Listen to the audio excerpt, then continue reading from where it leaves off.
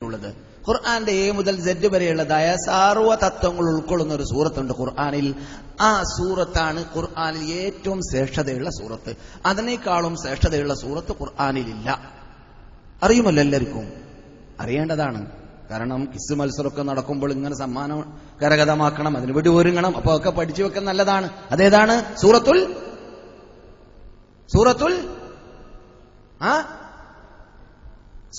ഫാത്തിഹ. സൂറത്തുൽ ഫാത്തിഹ ഫാത്തിഹത്തു കുല്ലി ഖൈർ, എല്ലാ നന്മയുടെയും കവാടമാണത്. നമസ്കാരം തുടങ്ങാൻ അതുപോലെ തന്നെ നാം എല്ലാ ദിവസവും ആ സൂറത്തുൽ ഫാത്തിഹയുമായിട്ട് ബന്ധപ്പെട്ടുകൊണ്ടേ ഇരിക്കണം, എന്നാലേ മുസ്ലിം ആവുള്ളൂ.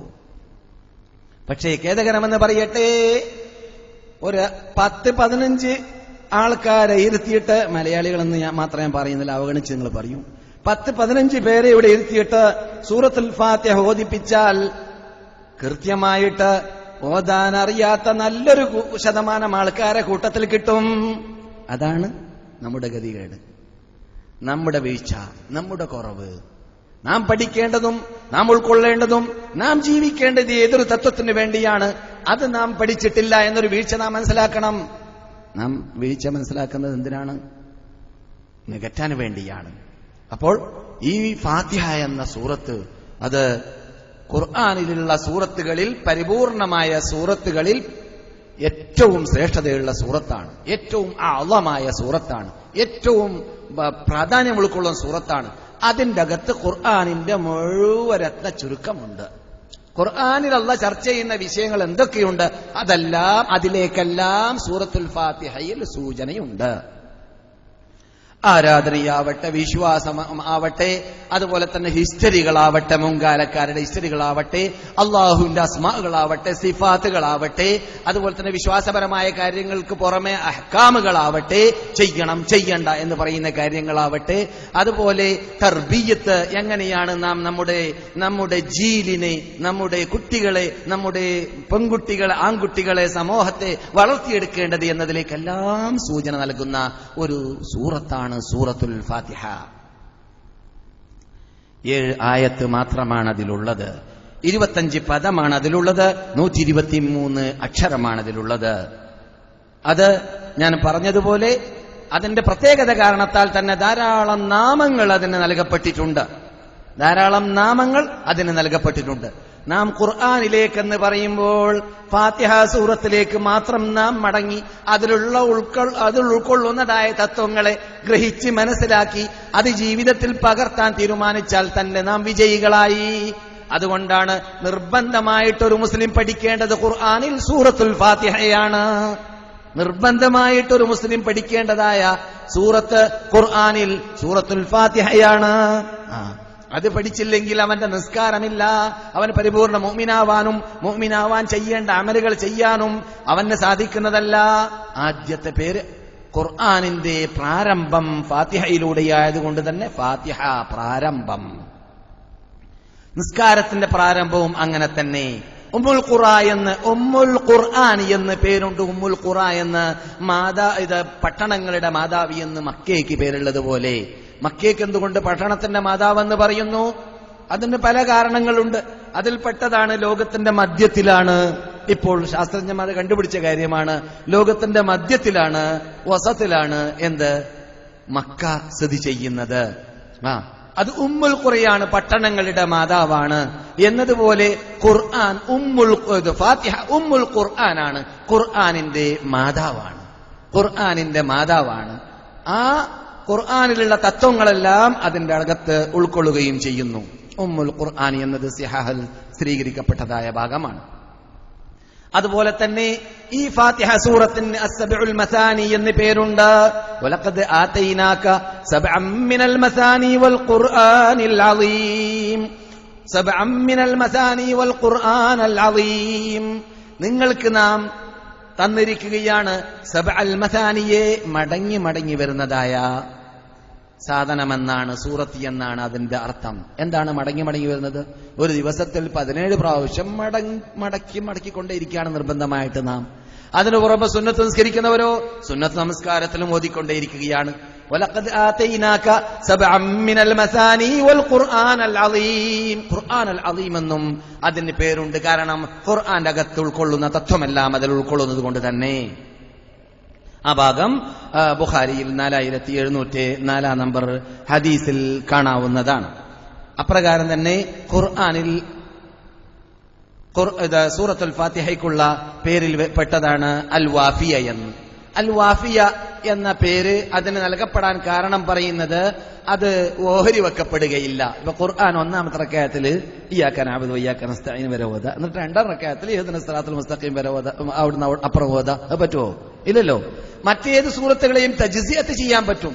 ഇത് പരിപൂർണമായിട്ട് തന്നെ ഓതിയാലേ തീരൂ, പഠിച്ചാലേ തീരൂ. ഒരു അമുസ്ലിം ഇസ്ലാമിനെ മനസ്സിലാക്കി, സത്യം മനസ്സിലാക്കി, ഏകദൈവ വിശ്വാസത്തിലേക്ക് അള്ളാഹനെ മാത്രം വിളിച്ച് പ്രാർത്ഥിക്കാൻ, അള്ളാഹ്ക്ക് വേണ്ടി മാത്രം അർത്ഥ നേർച്ചയാക്കി, അള്ളാഹനെ മാത്രം ഇഷ്ടപ്പെട്ട് സ്നേഹിച്ച്, അള്ളാഹനെ മാത്രം ഭയപ്പെട്ടവനിലേക്ക് ബരമേൽപ്പിച്ച് പ്രശ്നങ്ങളെ വരാൻ തീരുമാനിച്ച ഓരോ അമുസ്ലിം ഇസ്ലാമിലേക്ക് എത്തിക്കഴിഞ്ഞാൽ ആദ്യമായി നിർബന്ധമായി പഠിക്കേണ്ടത് എന്താണ്? ലാ ഇലാഹ ഇല്ലല്ലാഹ് പറഞ്ഞു കഴിഞ്ഞാൽ നാം എന്ത് പഠിപ്പിക്കുന്നു? നമ്മുടെ നാട്ടില് തർബിയത്ത് എന്നൊക്കെ പറഞ്ഞിട്ട് പല സ്ഥാപനങ്ങളുണ്ട്. പണ്ട് തന്നെ അറിയപ്പെടുന്നത് പൊന്നാണിയിലൊക്കെയുള്ള സ്ഥാപനങ്ങളൊക്കെയാണ് എന്റെ അറിവിൽ. അവിടെയൊക്കെ എന്താ പഠിപ്പിക്കുന്നത്? സൂറത്തുൽ ഫാത്തിഹ, നമസ്കാരം പഠിപ്പിക്കും. അതിൽ സൂറത്തുൽ ഫാത്തിഹ നിർബന്ധമായിട്ട്. അതുകൊണ്ട് ഇമാം അബു ഹനീഫയുടെ മദ്ഹബിൽ സൂറത്തുൽ ഫാത്തിഹ പഠിക്കുന്നത് വരെ മാതൃഭാഷയിൽ നമസ്കരിക്കാമെന്നാണ്. സൂറത്തുൽ ഫാത്തിഹ പഠിക്കുന്നത് വരെ മാതൃഭാഷയിൽ നമസ്കരിക്കാം. മാതൃഭാഷയിൽ തന്നെ ഫാത്തിഹയുടെ അർത്ഥം ചൊല്ലിയിട്ട് പഠിച്ചു കഴിഞ്ഞാൽ പിന്നെ അറബിയിൽ തന്നെ ഓതുകയും വേണം എന്നതാണ്. അതെ, സൂറത്തുൽ ഫാത്തിഹയുടെ പേരുകളിൽപ്പെട്ടതാണ് സൂറത്തു തഅലീമിൽ മസ്അല. എങ്ങനെയാണ് അള്ളാഹിനോട് ചോദിക്കേണ്ടത് എന്നത് പഠിപ്പിക്കുന്ന സൂറത്ത് എന്ന് അർത്ഥം വെച്ചതായിട്ട് കാണാം. ഇർഷാദുൽ അഖ്ൽ സലീം എന്ന ഗ്രന്ഥത്തിൽ ആ പേരിന്റെ വിശദീകരണം നൽകിയിട്ടുണ്ട്. ഇത് നാം ശരിക്കും മനസ്സിലാക്കണം. കാരണം ഖുർആനിൽ അല്ലാഹു സുബ്ഹാനഹു വ തആല സൂറത്തുൽ ഫാത്തിഹയിൽ ഇയ്യാക നഅ്ബുദു വ ഇയ്യാക നസ്തഈൻ ഇഹ്ദിനസ് സിറാത്തൽ മുസ്തഖീം 3 ചോദ്യമാണ് അവിടെ ചോദിക്കുന്നത്. ഇയ്യാക നഅ്ബുദു വ ഇയ്യാക നസ്തഈൻ എന്ന് പറഞ്ഞ ശേഷം ഇഹ്ദിനസ് സിറാത്തൽ മുസ്തഖീം. അപ്പോൾ ഇയ്യാക നഅ്ബുദു ചോദിക്കാൻ വേണ്ടി പോകുന്നതിന് മുമ്പ് സമ്മതിക്കുകയാണ്, ആരാധന നിനക്ക് മാത്രമാണ്, സഹായാഭ്യർത്ഥന നിന്നോട് മാത്രമാണ്.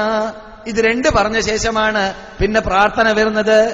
അപ്പോൾ പ്രാർത്ഥിക്കുന്നതിന് മുമ്പ് വിശ്വാസ ക്ലിയറിംഗ് നടത്തണം. അള്ളാഹിനോടല്ലാതെ പ്രാർത്ഥിക്കാനോ അള്ളാഹുനെ അല്ലാതെ ആരാധിക്കുവാനോ അള്ളാഹുനോടല്ലാതെ സഹായം തേടാനോ പാടില്ല എന്ന് സമ്മതിപ്പിച്ച് അത് തൊള്ള കൊണ്ട് പറയിപ്പിച്ച ശേഷമാണ് ഇഹ്ദിനസ് സിറാത്തൽ മുസ്തഖീം, സന്മാർഗത്തിലേക്ക്, ചൊവ്വായ മാർഗത്തിലേക്ക് നീ ഞങ്ങളെ നയിക്കണമേ രക്ഷിതാവേ എന്ന് പറയുന്നത്. ഇഹ്ദിനസ് സിറാത്തൽ മുസ്തഖീം സിറാത്തൽ ലദീന അൻഅംത അലൈഹിം. അത് പിന്നെയും പറയാം നമുക്ക്. അതെ, പിന്നെ അവിടേക്ക് മടങ്ങാം. അതുപോലെ തന്നെ ഷിഫ എന്ന് ആ സൂറത്തിന് പേരുണ്ട്, ഷാഫിയ എന്ന ആ സൂറത്തിന് പേരുണ്ട്. കാരണം അത് മന്ത്രിക്കാൻ വേണ്ടി, പിശാചിനെ ഓടിപ്പിക്കാൻ വേണ്ടി, അല്ലെങ്കിൽ വേറെ വല്ല അങ്ങനെയുള്ള ദ്രോഹങ്ങൾ ഉണ്ടെങ്കിൽ അത് ദൂരപ്പെടുത്താൻ വേണ്ടിയിട്ട് ഫാത്തിഹ സൂറത്ത് ഉപയോഗപ്പെടുത്താം. അത് ഉപയോഗപ്പെടുത്തിയതായ വാർത്ത രോഗം മാറ്റാൻ അല്ലെങ്കിൽ വിഷം മാറ്റാൻ വേണ്ടിയിട്ട് ഉപയോഗിച്ചതായ വാർത്ത ബുഖാരിയിലുണ്ട്. അങ്ങനെ ചെയ്തതായ സഹാബിയോട് റസൂലുള്ളാഹി സ്വല്ലല്ലാഹു അലൈഹി വസല്ലം നിങ്ങൾക്ക് എന്തറിയാം അത് അങ്ങനെ ഉപയോഗിക്കാനുള്ളതാണ് എന്ന്, അഥവാ മന്ത്രിക്കാൻ, രോഗം മാറ്റാൻ വേണ്ടിയിട്ട് അള്ളാഹുവിനോട് പ്രാർത്ഥിക്കാൻ ഉപയോഗിക്കാനുള്ളതാണ് ആ സൂറത്ത് എന്ന് നിങ്ങൾക്ക് എന്തറിയാമെന്ന് ചോദിച്ച വാർത്ത സഹീഹുൽ ബുഖാരിയിൽ 2276 നമ്പർ ഹദീസിൽ കാണാവുന്നതാണ്. അതുകൊണ്ടായിരിക്കും ഷാഫിയ എന്നുകൂടി പേര് വെക്കപ്പെടാൻ കാരണം. പറഞ്ഞതുപോലെ ഖുർആനിൽ ഏറ്റവും പരിപൂർണമായ, ഏറ്റവും പ്രധാനമുള്ള സൂറത്ത് കാമിലത്തായത് അത് സൂറത്തുൽ ഫാത്തിഹയാണ്. അതിന് തെളിവായിട്ട് റസൂലുള്ളാഹി സ്വല്ലല്ലാഹു അലൈഹി വസല്ലം സഈദ് ഇബ്നുൽ മുഅല്ല എന്ന അബീ സഈദ് ഇബ്നുൽ മുഅല്ല എന്ന സഹാബിയുടെ അവസരത്തിൽ ചോദിച്ചു, നിങ്ങൾ ഈ പള്ളിയിൽ നിന്ന് പോകുന്നതിന് മുമ്പായിട്ട് ഞാൻ നിങ്ങൾക്ക് പഠിപ്പിച്ചു തരാം ഖുർആനിൽ ഏറ്റവും പ്രത്യേകതയുള്ളതായ ഒരു സൂറത്തിനെ. അങ്ങനെ അദ്ദേഹം മടങ്ങി വന്നപ്പോൾ ചോദിച്ചപ്പോൾ റസൂലുള്ളാഹി സ്വല്ലല്ലാഹു അലൈഹി വസല്ലം അവർക്ക് പറഞ്ഞു കൊടുത്തതാണ് അൽഹംദുലില്ലാഹി റബ്ബിൽ ആലമീൻ അർറഹ്മാനിർ റഹീം മാലികി യൗമിദ്ദീൻ ഇയ്യാക നഅ്ബുദു വ ഇയ്യാക നസ്തഈൻ ഇഹ്ദിനസ് സിറാത്തൽ മുസ്തഖീം സിറാത്തൽ ലദീന അൻഅംത അലൈഹിം ഗൈറിൽ മഗ്ദൂബി അലൈഹിം വലദ്ദാല്ലീൻ. ഇതാണ് ഈ ഖുർആനിലുള്ള ഏറ്റവും ശ്രേഷ്ഠതയുള്ള ആയത്തെന്ന് ജീവിതത്തിൽ കളവ് പറയാത്ത നബിയുനാ മുഹമ്മദുർ റസൂലുള്ളാഹി ആ സഹാബിയോട് പറഞ്ഞു കൊടുത്തു. പ്രാധാന്യമുള്ളത് കൊണ്ട് തന്നെ മക്കയിലും അത് ഇറങ്ങിയിട്ടുണ്ട്, മദീനയിലും ഇറങ്ങിയിട്ടുണ്ട്. ആദ്യ ഇറക്കം മക്കയിലാണ്. കാരണം വിശുദ്ധ മക്കയിൽ വെച്ചിട്ടാണ് ഇസ്രാ മിഅ്റാജ് നടക്കുന്നത്. അന്ന് രാത്രിയിലാണ് നമസ്കാരം നിർബന്ധമാകുന്നത്. നിർബന്ധമായ നമസ്കാരത്തിൽ ഓതേണ്ടതുണ്ട് ഫാത്തിഹ എന്നതുകൊണ്ട് മക്കയിൽ ആദ്യമായിട്ട് അത് ഇറങ്ങിയിട്ടുണ്ട്. സൂറത്തുൽ ഫാത്തിഹ മക്കയിൽ ഇറങ്ങിയിട്ടുണ്ട്. പക്ഷേ അതിനുശേഷം ജിബ്രീൽ അലൈഹിസ്സലാം റസൂലുള്ളാഹി സ്വല്ലല്ലാഹു അലൈഹി വസല്ലമിനോടൊപ്പം മദീനയിൽ ഇരിക്കുന്ന വേളയിൽ ജിബ്രീൽ ഇരിക്കുകയാണ്. ശബ്ദം കേട്ടു. ജിബ്രീൽ പറഞ്ഞു, ആകാശത്തിന്റെ ഒരു വാതിൽ ഇപ്പോൾ തുറന്നിരിക്കുകയാണ്. ആ വാതിൽ ഇതിനു മുമ്പ് തുറന്നിട്ടേ ഇല്ല. ഒരു മലക്ക് ഇറങ്ങുകയാണ്. ആ മലക്ക് ഇതുവരെ ഇറങ്ങിയിട്ടേ ഇല്ല. ആദ്യമാണ് അദ്ദേഹത്തിന്റെ ഇറക്കം.